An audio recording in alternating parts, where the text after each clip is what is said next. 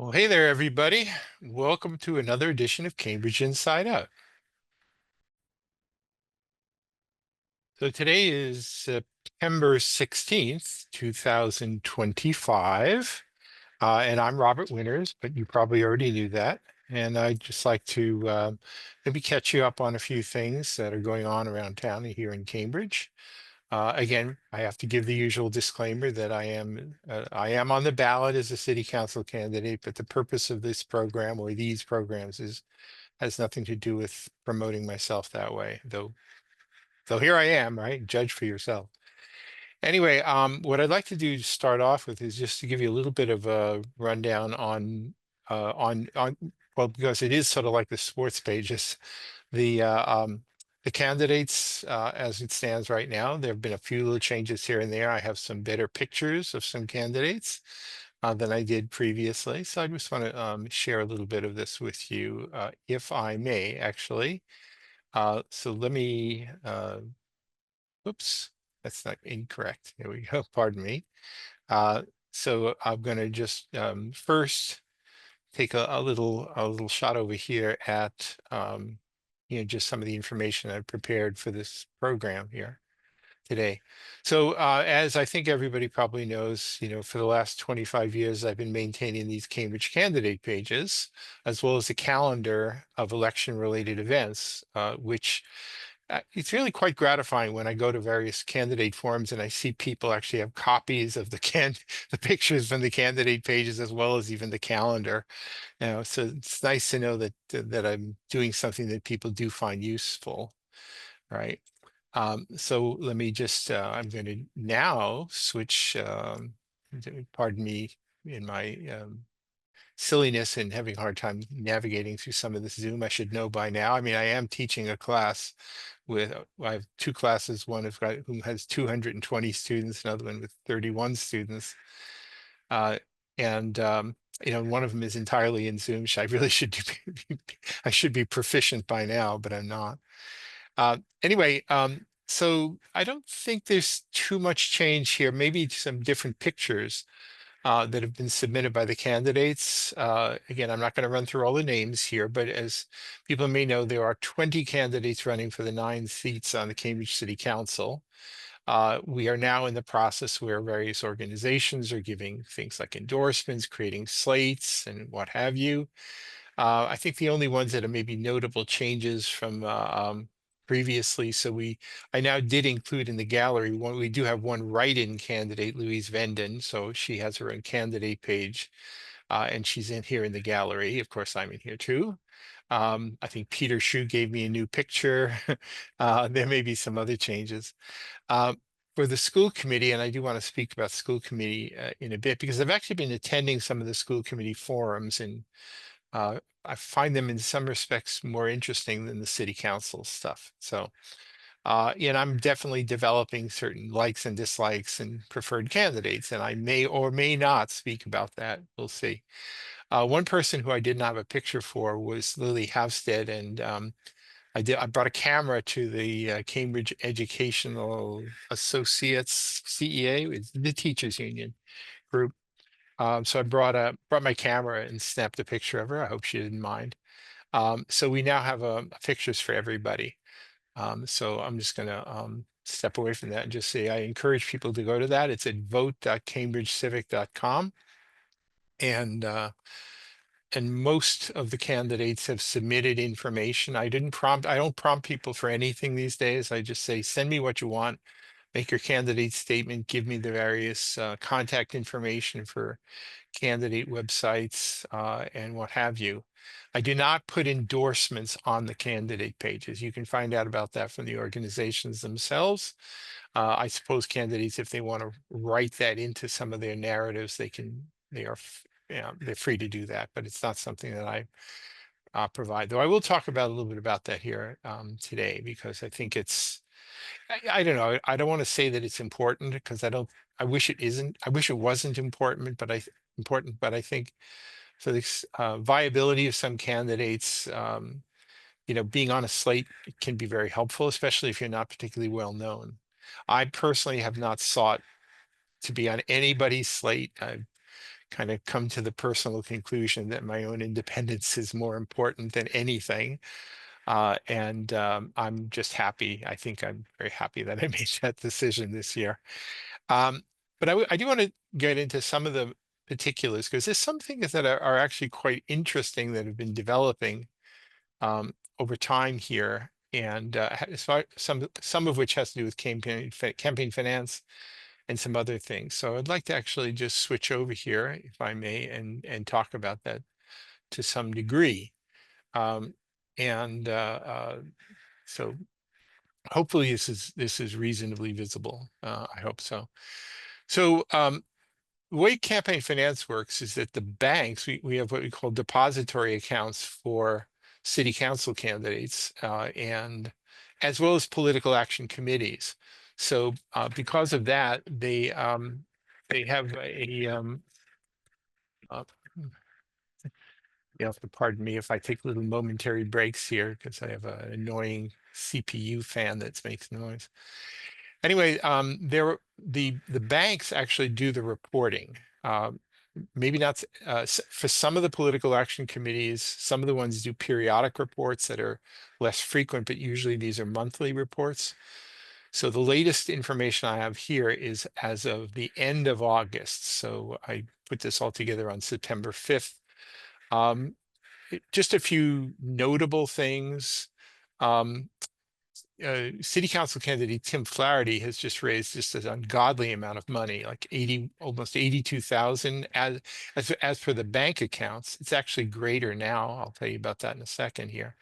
So that's like three times anybody else, more than three times any other candidate, at least according to those bank reports.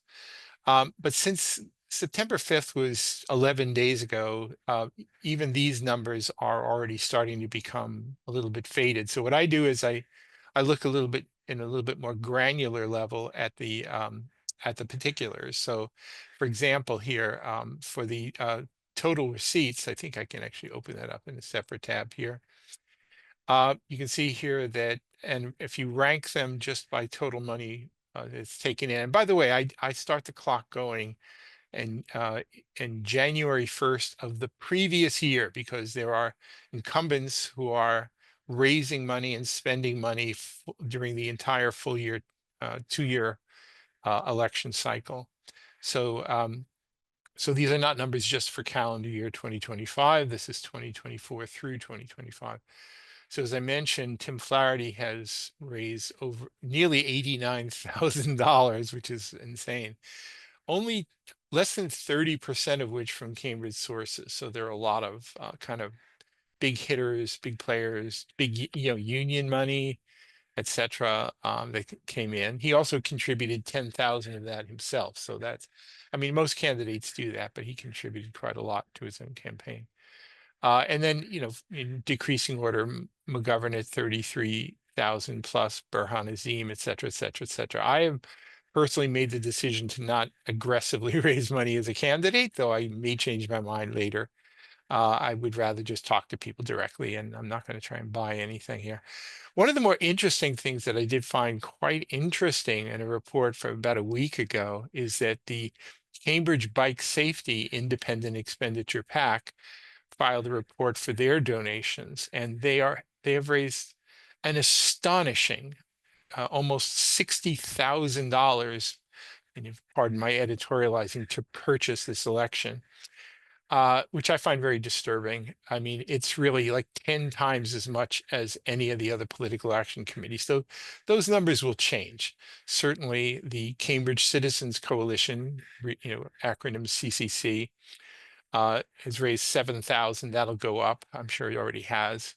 And then it's Our Revolution, et cetera. ABC still only lists $190, but that's because their last report was as of the end of 2024, and I'm sure they're raising large amounts of money to run their preferred 8 candidates this year as well. So anyway, that's the picture on receipts.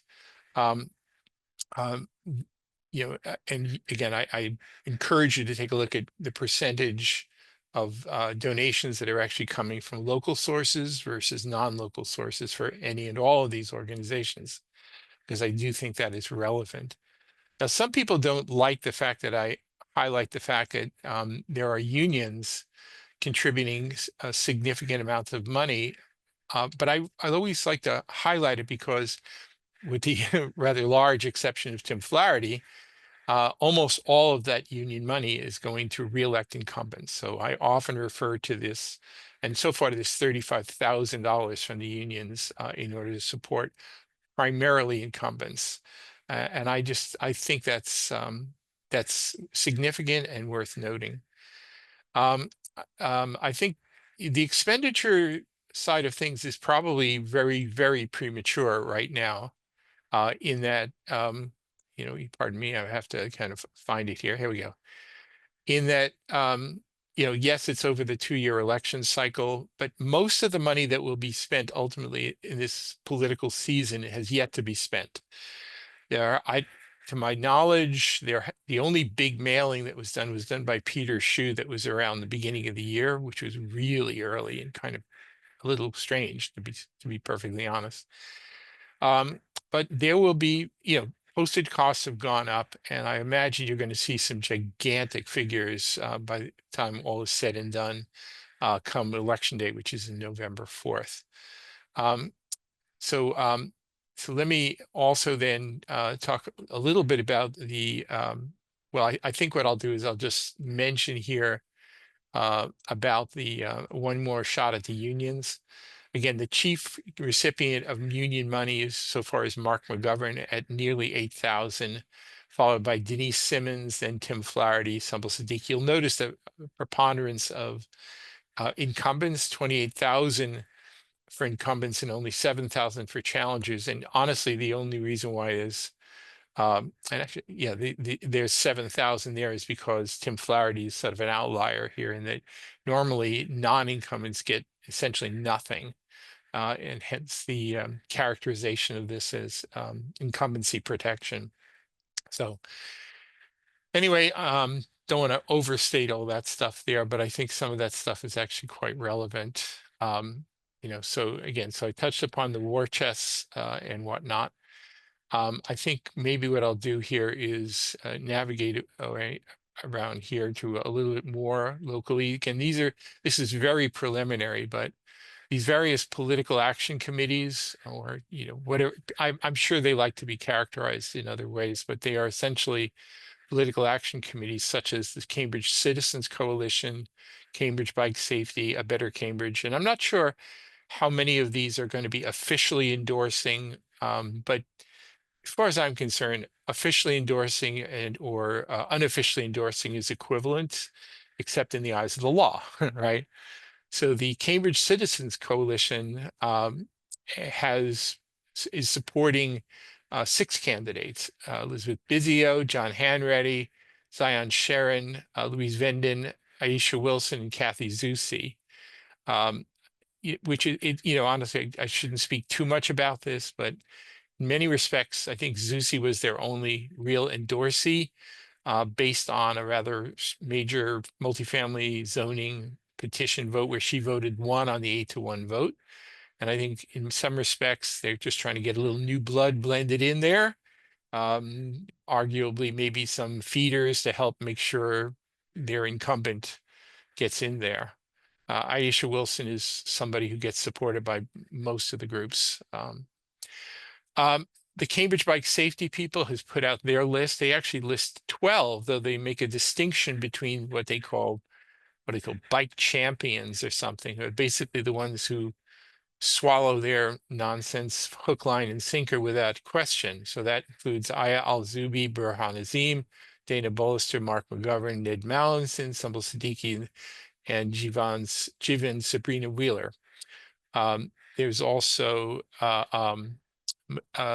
the Queen Battle is listed there for reasons unknown, other than the fact that she probably just said the right things on a questionnaire. Peter Shue, Patty Nolan, Stan Rivkin, and Kathy Zusi. It is a little interesting, the Nolan Zusi one, because they were like hated by the bike safety group when they voted to delay something that they wanted a year ago. But because they voted the way they wanted on the Broadway matter, something which caused me great displeasure. They have included them, but without giving them, quote, champion, unquote, status. So they're sort of creating two tiers in the way they're doing endorsements. The A Better Cambridge, or as I like to call it, a bigger Cambridge, they've decided to endorse 8 candidates: Burhan Azim, Dana Bollister, McGovern, Melanson, Siddiqui, Simmons, Sabrina Wheeler, and Wilson. So those are all incumbents except for Dana Bollister and Ned Melanson, who I believe is actually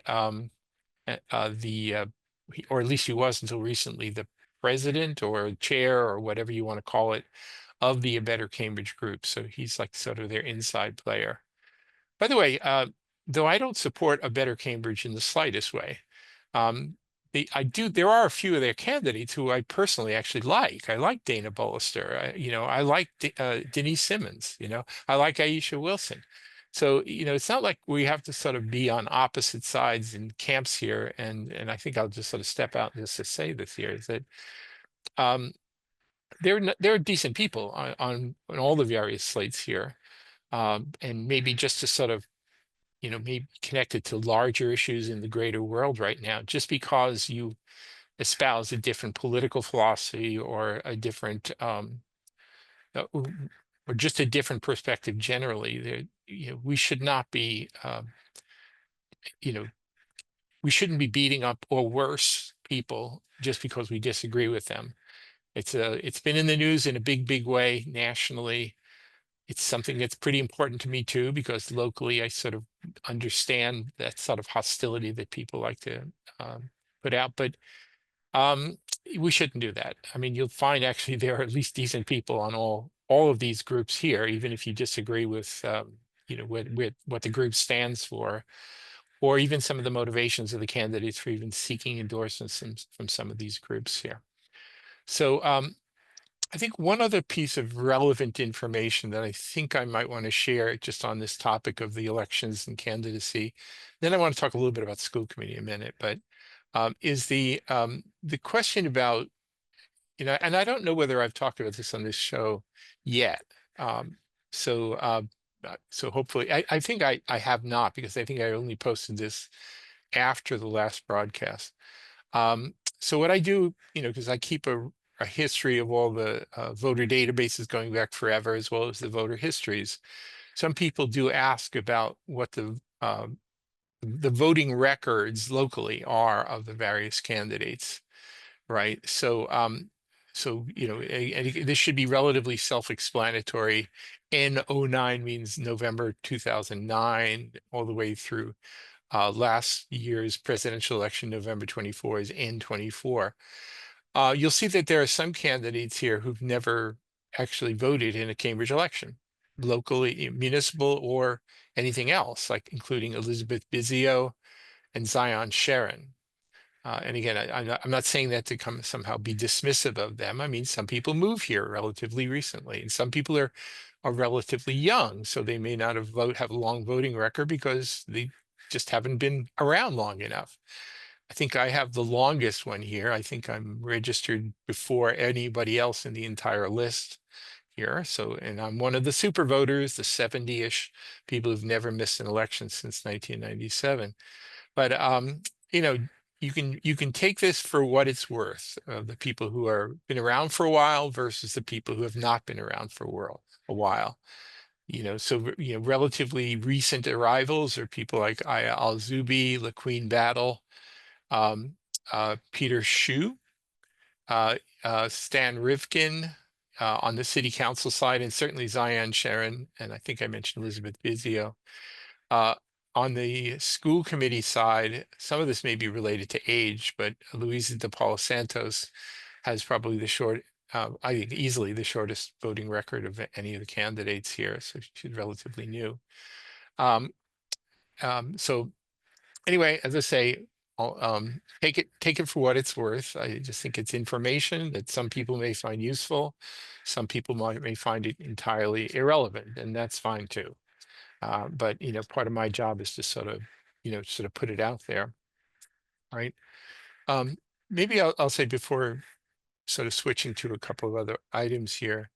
um, I mean, as a candidate, you know, partly because I teach and been kind of busy with that.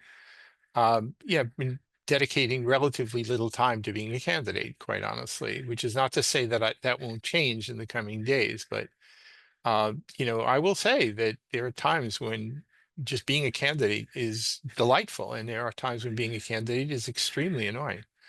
Um, Especially when people try to beat you up, and I'd rather take care of myself. For me, taking walks around Fresh Pond and watching Red Sox games, listening to music, writing the Civic Journal, and certainly teaching my mathematics classes are, in the sort of list of priorities.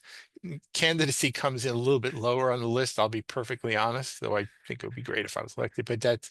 I have other things that I would rather focus on sometimes. But we'll see. As days roll around, I think I'm going to go to one candidate forum as a candidate this weekend and that'll be the first for me. I don't enjoy them. I have been going to some of the school committee candidate forums, however, and I'm kind of finding those sort of interesting. In fact, maybe I'll even speak to that next here. All right, so there was I'm sure I have it. Oh, here it is right here. There was a candidate forum for the Cambridge School Committee. This is the little brochure that was presented by the Cambridge Education Association, which is the current name for the Cambridge Teachers Union.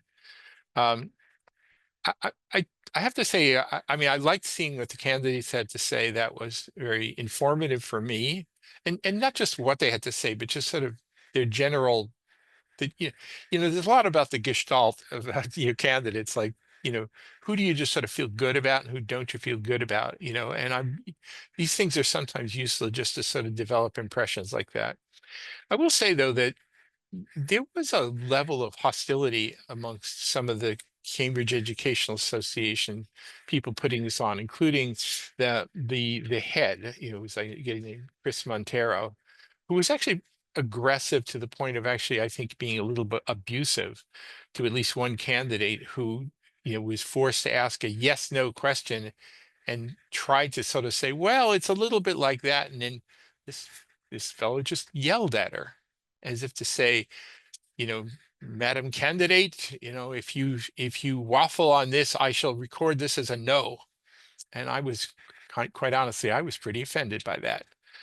Candidates should have a right to explain themselves and not just answer yes, no questions without, when there is a need to say something, the candidates should be given the freedom to say something.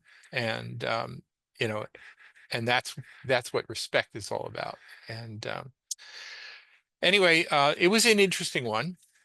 And as I say, I developed a sense of some of the school committee candidates, the ones that I thought were particularly uh, well informed. Again, I don't want to, I'm not here. My business here is not to make endorsements or anything like that. That's certainly not my intention here. But I will say that there's some of the school committee candidates really did impress as being particularly thoughtful and well informed. And again, as I say, I'm not going to overstate it here, but I will say that incumbent school committee member Elizabeth Hudson is remarkably well informed and very direct and refreshingly so. I might say the same for Richard Harding, uh, very direct, quite knowledgeable, and just really altogether great. Um, I I have to say, I also found myself warming up to Alex Bowers, who I just thought she sort of projected a real sense of warmth and being really level-headed. There are, without naming names, there are some of the candidates who do seem to have an axe to grind, whether it's about the closure of the Kennedy Longfellow, or because they've got really strong opinions on the school superintendent search and where that's all headed or not headed, for that, as the case may be. Um, so it's and well, and I will also say, so I went to another candidate forum. I don't have a brochure for it here. But I went to another one just last night. Like, for me, it was actually more important to go to that than it was to go to the city council meeting. And this was the one that was held down on at the I guess the Cambridge Street Upper School. I still want to say Harrington School. Um, and uh, and that was particularly good.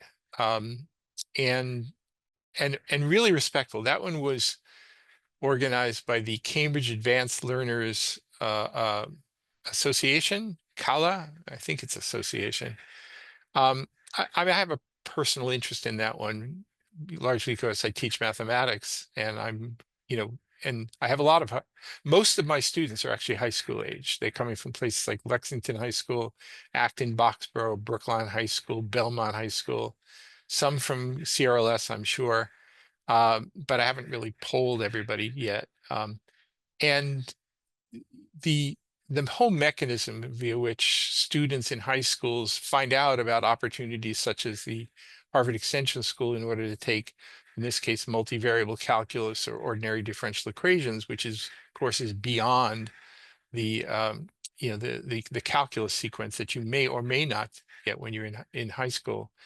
The whole process of going from getting it, introduced to algebra early enough, like in 8th grade, um, and how that somehow culminates in your being able to take more advanced classes, either within the school or places like Cambridge, Harvard Extension School, or even some of the online options. I mean, I've had students as young as 10 years old taking my multivariable calculus class because it's a different world these days where people know about things that I would never have known about when I was that young.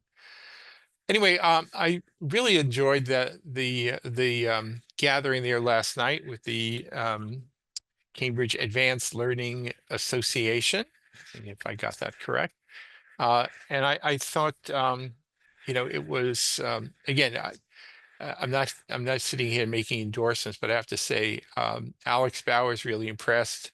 Richard Harding, Jane Hershey, who I knew from days, 30 years ago when she started City Sprouts, Elizabeth Hudson, to be sure. Carolyn Hunter was there. It turns out some people were being critical because she wasn't at the meeting for the Cambridge Educational Association, but the fact is she didn't know about it. I was talking to her last night, and but she was there at the one for the CALA. And she was delightfully well informed, giving the long history. I mean, having taught mathematics herself within the Cambridge Public Schools, she was really, really well informed. I do want to talk a little bit more about that in a moment, though, about how her existence on the ballot was indeed challenged. So I want to speak to that shortly. And several others. It's unfortunate. Jose Luis of Rojas Villarreal was not there, but they did sort of speak for him. He submitted some things, right? So anyway, uh, I encourage everybody to go to these things. I think there's a thing or two to be learned from them. Okay, so I'm just going to do my little artificial pause here so that I can break this program into 2 programs. Okay.